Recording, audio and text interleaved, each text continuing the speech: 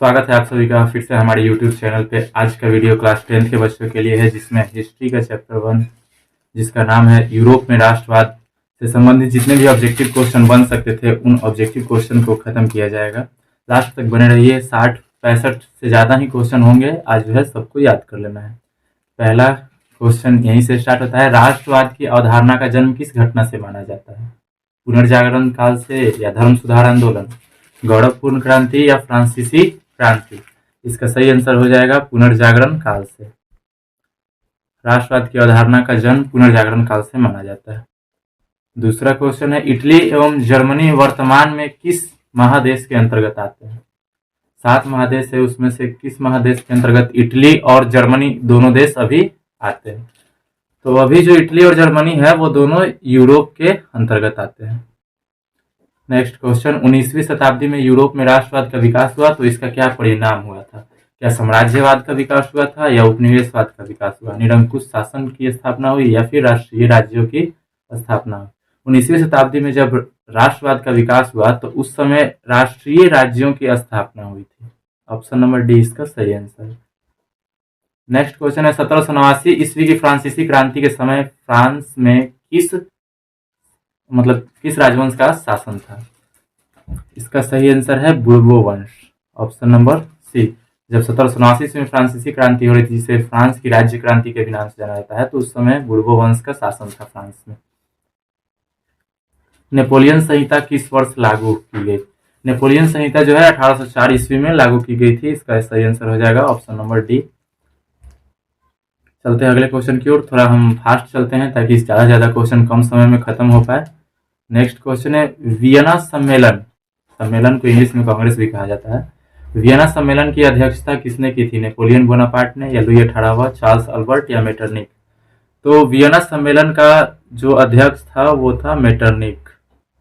ये मेजबानी भी कह सकते हैं, मेजबानी ऑस्ट्रिया के चांसलर मेटरनिक कर रहे थे। निम्नलिखित में कौन राष्ट्र वियना सम्मेलन में सम्मिलित नहीं था? तो इन राज्यों में वियना सम्मेलन में सम्मिलित नहीं होने वाला राज्य है वो है जर्मनी। जर्मनी वियना सम्मेलन में शामिल नहीं हुआ था। नेक्स्ट क्वेश्चन, वियना सम्मेलन में पवित्र संघ योजना किसने प्रस्तुत की? तो वियना सम्मेलन में जो पवित्र संघ योजना है वो रूस के द्वारा प्रस्तुत की गई थी। ऑप्शन नंबर ए इसका सही आंसर हो जाएगा। वियना सम्मेलन में पवित्र संघ की योजना रूस के द्वारा प्रस्तुत की गई थी। मेटरनिक कौन था?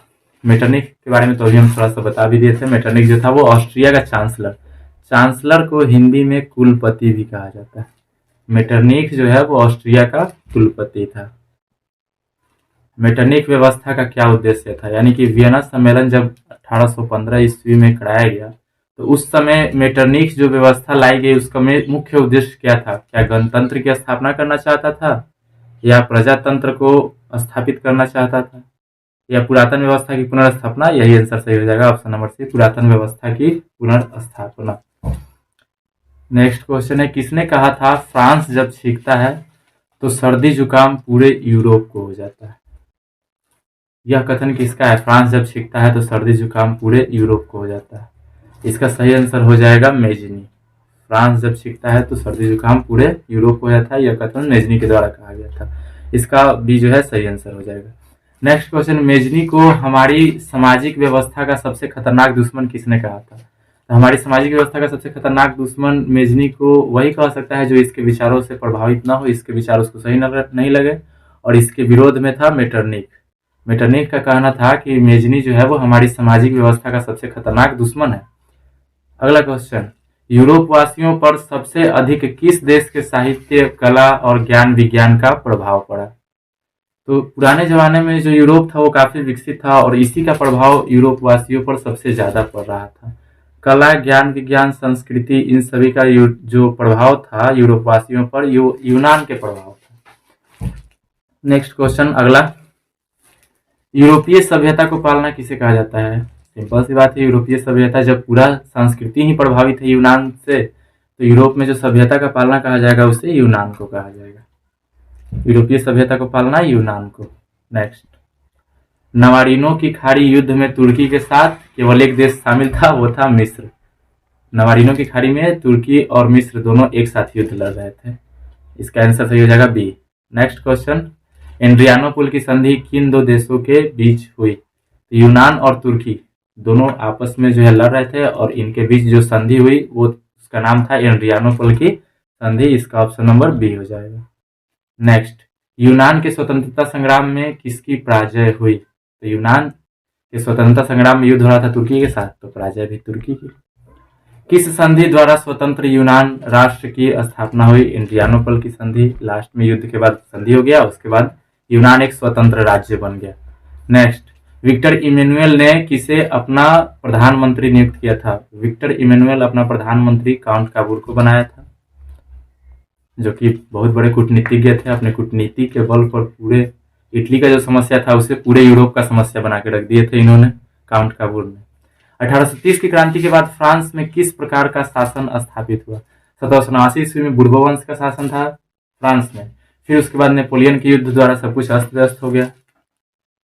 फिर से जो है 1814 ईस्वी के बाद जब 1815 ईस्वी में वियना कांग्रेस की स्थापना हुई तो उस समय फिर से फ्रांस में बुर्बो वंश का शासन आ गया और बुर्बो वंश के शासक में ही 1830 ईस्वी में जो फिर से क्रांति हुई, तो 1830 की क्रांति के बाद फ्रांस में किस प्रकार का शासन स्थापित हुआ? शासन का प्रकार पूछा जा रहा है, तो 1830 की क्रांति के बाद संघीय शासन व्यवस्था तो नहीं था, संवैधानिक राजतंत्र था राजतंत्र ही, लेकिन उसका एक अपना संविधान था। इसका सही आंसर भी हो जाएगा। नेक्स्ट, यूरोप का मरीज किसे कहा जाता है? यूरोप का मरीज तुर्की को कहा जाता है। ये तो बोलने वाला क्वेश्चन है ही नहीं, याद रखिएगा हमेशा, यूरोप का मरीज तुर्की को। नेक्स्ट, यंग इटली की स्थापना, यंग इटली और यंग यूरोप दो संस्था थी जिनकी स्थापना मेजनी के द्वारा किया गया था। यंग इटली एवं यंग यूरोप की स्थापना मेजनी के द्वारा किया गया। नेक्स्ट, क्रीमिया के युद्ध में संयुक्त सेना का साथ किसने दिया था? क्रीमिया का जब युद्ध हो रहा था तो उस समय संयुक्त सेना का साथ दिया था काउंट काबूल ने। ऑप्शन नंबर ए सही आंसर हो जाएगा। लाल कुर्ती का गठन किसने किया? लाल कुर्ती का गठन गैरिबाल्डी किए थे, जो पेशे से एक नाविक थे। अगला क्वेश्चन 25, फ्रेंड्स ऑफ इटली नामक संस्था का गठन किसने किया था? फ्रेंड्स ऑफ इटली नामक संस्था का भी गठन मेजनी के द्वारा ही किया गया। नेक्स्ट क्वेश्चन, नौ गुएल्फ आंदोलन कहाँ हुआ था? तो अनेक आंदोलनों में से एक आंदोलन था नौ गुएल्फ आंदोलन, जो इटली में हुआ था। इसका ऑप्शन नंबर ए सही आंसर है। अगला क्वेश्चन, कार्बोनारी की स्थापना किस वर्ष हुई? कार्बोनारी की स्थापना 1810 ईस्वी में हुई थी। ऑप्शन नंबर ए इसका सही आंसर हो जाएगा। अगला क्वेश्चन है, मेजनी का संबंध किस संस्था से था? लाल सेना, कार्बोनारी, लाल कुर्ती, एचे का। तो मेजनी का संबंध कार्बोनारिक नामक संस्था से थी। कार्बोनारी नामक संस्था संबंधित था मेजनी। अगला, जर्मनी के एकीकरण में किसकी महत्वपूर्ण भूमिका थी? गैरिबाल्डी, बिस्मार्क, काबूल और मेजनी, ये तीनों की जो भूमिका है, ये गैरिबाल्डी, काबूल और मेजनी, इनकी भूमिका इटली के एकीकरण में है। पूछा जाएगा जर्मनी के एकीकरण, तो सही आंसर हो जाएगा बी, बिस्मार्क। गैरिबाल्डी पेशे से क्या था? नाविक। गैरिबाल्डी पेशे से नाविक था, यानी कि इसका काम था नाव चलाना। नेक्स्ट क्वेश्चन, रक्त एवं लौह नीति का अवलंबन किसने किया? मुसोलिनी, विक्टर इमैनुअल, गैरिबाल्डी या बिस्मार्क? इसका आंसर सोचिए। रक्त एवं लौह नीति का अवलंबन जो है बिस्मार्क के द्वारा किया गया था। नेक्स्ट क्वेश्चन है, 39 राज्यों के जर्मन महासंघ की स्थापना किसने की? 39 राज्यों के जर्मन महासंघ की स्थापना किसने की? विलियम प्रथम, मेटरनिख, नेपोलियन बोनापार्ट या बिस्मार्क? इसका सही आंसर हो जाएगा नेपोलियन बोनापार्ट। नेपोलियन बोनापार्ट ने 39 राज्यों के महासंघ की स्थापना की थी। जर्मनी के एकीकरण के लिए बिस्मार्क ने कितने युद्ध किए? जर्मनी के एकीकरण के लिए बिस्मार्क ने 3 युद्ध किए। पहला डेनमार्क से युद्ध किया था, दूसरा ऑस्ट्रिया से जिसे सेडोवा युद्ध कहते हैं, और तीसरा था फ्रांस से जिसे सीडान युद्ध के नाम से जाना जाता है। अगला क्वेश्चन है, सेडोवा के युद्ध आ ही गया दूसरा युद्ध, सेडोवा के युद्ध में किसकी पराजय? तो सेडोवा के युद्ध में प्रसा के साथ लड़ रहा था ऑस्ट्रिया, और ऑस्ट्रिया को पराजित कर दिया गया। ऑप्शन नंबर ए इसका सही आंसर हो जाएगा। नेक्स्ट क्वेश्चन है, सीडान का युद्ध किन के बीच हुआ? सीडान का युद्ध जो था वो फ्रांस और प्रसा के बीच हुआ था। ऑप्शन नंबर डी इसका सही आंसर हो जाएगा। सीडान का युद्ध कब हुआ? सीडान का युद्ध 1870 में हुआ था। सेडोवा का युद्ध 1866 ईस्वी में, और प्रसा डेनमार्क युद्ध 1864 ईस्वी में हुआ था। सीडान के युद्ध में किसकी पराजय हुई? तो सीडान के युद्ध में विपक्ष था फ्रांस, तो फ्रांस की पराजय हो गई। प्रसा और फ्रांस ये दोनों आपस में लड़ रहे थे। जिसमें से ये सही कर गया और ये हार गया, तो इसका आंसर हो जाएगा सी। सेडोवा का युद्ध कब हुआ? सेडोवा सेडोवा का युद्ध 1866 ईस्वी में हुआ था। नेक्स्ट, किस संधि द्वारा जर्मनी का एकीकरण पूरा हो गया? तो जर्मनी का एकीकरण कम्प्लीटली पूरा हो गया। फ्रैंकफर्ट की संधि 1871 ईस्वी में हुई थी, जिसे हम लोग फ्रैंकफर्ट की संधि के नाम से जानते हैं, और इस संधि द्वारा जर्मनी का एकीकरण पूरी तरह से कंप्लीट हो गया था। किस युद्ध के बाद जर्मनी का एकीकरण पूरा हुआ? अच्छा, अभी ये संधि था, अब युद्ध हो गया। लास्ट में कौन सा युद्ध लड़ा गया? तो लास्ट में युद्ध लड़ा गया था सीडान का युद्ध, जो प्रसा और फ्रांस के बीच हुआ था। एकीकरण के पश्चात जर्मनी का सम्राट कौन बना? जर्मनी का सम्राट कौन बना था एकीकरण जब कंप्लीट हो गया? जब एकीकरण कंप्लीट हो गया पूरी तरह से, तो उस समय जर्मनी का राजा बनाया गया विलियम प्रथम को। अगला क्वेश्चन है, इटली के एकीकरण का मसीहा किसे कहा जाता है? इटली के एकीकरण के मसीहा काउंट काबूर को माना जाता है। अगला क्वेश्चन है, यूरोपीय राष्ट्रवाद से प्रभावित होकर किस भारतीय शासक ने जैकोबिन क्लब की स्थापना की? यूरोप में राष्ट्रवाद का प्रसार हो रहा था, तो उसको देख के भारत में भी एक व्यक्ति थे जिन्होंने जैकोबिन क्लब की स्थापना की, जो राष्ट्रवाद की भावनाओं को प्रसारित करता था, और उनका नाम था टीपू सुल्तान। टीपू सुल्तान ने भारत में जैकोबिन क्लब की स्थापना की, तो यूरोपीय राष्ट्रवाद से प्रभावित होकर। अगला क्वेश्चन है, फ्रांस की क्रांति का मुख्य कारण क्या था? फ्रांस में जो क्रांति चल रही थी, इसका मेन रीजन क्या था? प्रजातंत्र शासन, निरंकुश शासन, गिरफ्तारी पत्र या मनसबदारी प्रथा? मनसबदारी है, मानसबदारी नहीं, गलती से टाइप हो गई। तो फ्रांस की क्रांति का जो मुख्य कारण था वो था निरंकुश शासन। अगले क्वेश्चन की ओर बढ़ते हैं। 45 देखिए, फ्रांस में किस शासन वंश की स्थापना वियना कांग्रेस के द्वारा की गई? वियना कांग्रेस के द्वारा फ्रांस में किस शासन वंश की स्थापना की गई?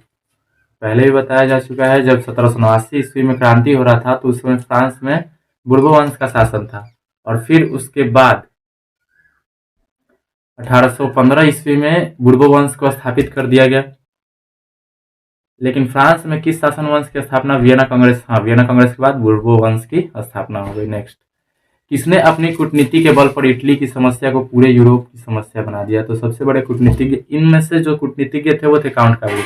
इन्होंने क्या किया कि इटली की जो समस्या थी उसे पूरे यूरोप का समस्या बनाकर रख दिया। इसका आंसर हो जाएगा ए। विलियम प्रथम कहाँ का शासक था? तो विलियम प्रथम जो है प्रसा के शासक थे। विलियम प्रथम प्रसा के शासक। नेक्स्ट क्वेश्चन, जाल्वेराइन की स्थापना किसने की थी? जाल्वेराइन की स्थापना किसके द्वारा की गई? प्रसा या ऑस्ट्रिया या सीडान या नेपल्स, किसके द्वारा की गई? इसका सही आंसर हो जाएगा ऑप्शन ए, जाल्वेराइन की स्थापना प्रसा के द्वारा की गई थी। अगला क्वेश्चन है, हंगरी की भाषा क्या थी?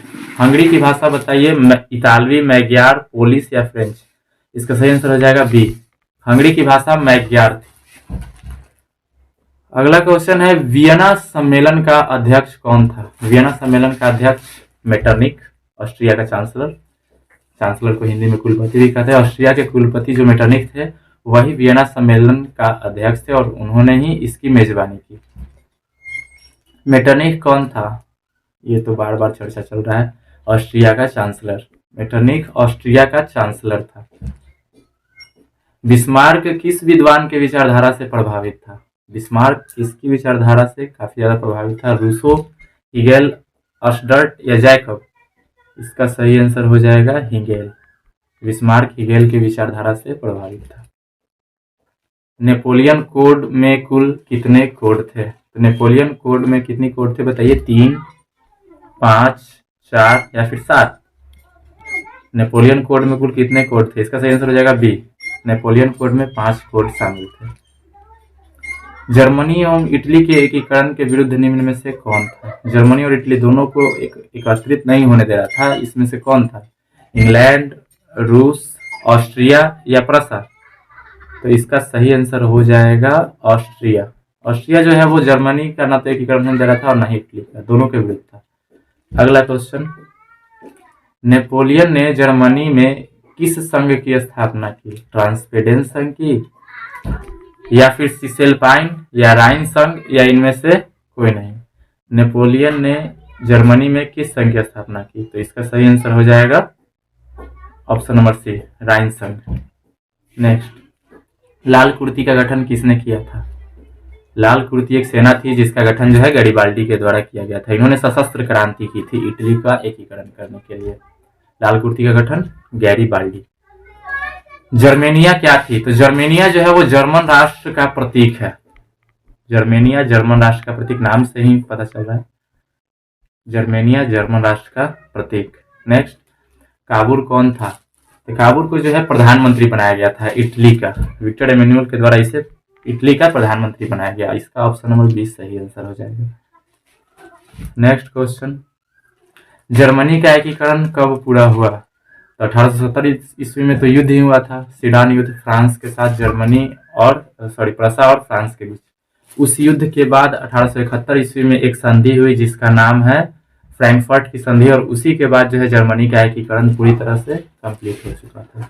तो 60वां नंबर क्वेश्चन है, रोमानीवाद क्या है? रोमानीवाद एक राजनीतिक आंदोलन है, या एक सांस्कृतिक आंदोलन है, या एक आर्थिक आंदोलन है, या एक धार्मिक आंदोलन?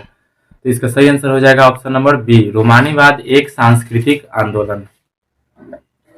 अगला है, सेडोवा युद्ध में किसकी पराजय हुई? तो सेडोवा युद्ध प्रसा और ऑस्ट्रिया के बीच हो रही थी और ऑस्ट्रिया का उसमें पराजय हो गया। अगला क्वेश्चन, 1830 की क्रांति के बाद फ्रांस में किस प्रकार का शासन स्थापित हुआ? संघीय शासन व्यवस्था, संवैधानिक राजतंत्र, निरंकुश राजतंत्र, या गणराज्य? 1830 की क्रांति जब समाप्त हुई तो उस समय जो है राजतंत्र ही स्थापित हुआ, लेकिन उसका एक अपना संविधान था। लगता है ये क्वेश्चन रिपीट हो रहा है। अतः वो उस समय जो राजतंत्र शासन व्यवस्था था वो था संवैधानिक राजतंत्र। Next question, act of union किस वर्ष पारित हुआ? एक्ट ऑफ यूनियन पारित किया गया था 1707 ईस्वी में। Option number B. ध्यान में रखिएगा, एक्ट ऑफ यूनियन किस वर्ष पारित हुआ? 1688, 1707, 1788 या फिर 1807? तो इसका सही आंसर क्या हो जाएगा? 1707 ईस्वी में।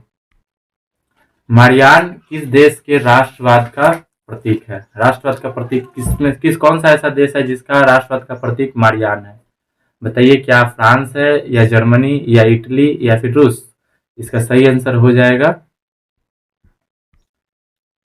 जर्मनी। मारियान जो है जर्मनी के राष्ट्रवाद का प्रतीक है। अगला क्वेश्चन है, बिस्मार्क क्या था? बिस्मार्क मतलब पेशे से क्या था? जैसे गरिबाल्डी पेशे से एक नाविक थे, तो क्या बिस्मार्क क्या था? कवि था या नाटककार, संगीतज्ञ, या फिर कूटनीतिज्ञ? इसका सही आंसर हो जाएगा ऑप्शन नंबर डी, बिस्मार्क एक कुशल कूटनीतिज्ञ था। अगला, कार्बोनारी की स्थापना किस वर्ष हुई? कार्बोनारी की स्थापना तो लगता है कि शुरू में इसका भी कराया जा चुका है। इसका सही आंसर हो जाएगा ए, 1810 ईस्वी में कार्बोनारी की स्थापना हुई थी। नेक्स्ट है, सेल्सविग और हॉस्टिन का संबंध किस देश के एकीकरण से है? तो सेल्सविग और हॉस्टिन का जो संबंध है वो जर्मनी के एकीकरण से। लास्ट क्वेश्चन लगता है कि इसके बाद है, नहीं, बस इतना ही क्वेश्चन था, केवल 67 क्वेश्चन बस। अब जो लास्ट क्वेश्चन खत्म हो चुका है। लास्ट तक हमारे साथ जुड़े रहने के लिए बहुत बहुत धन्यवाद।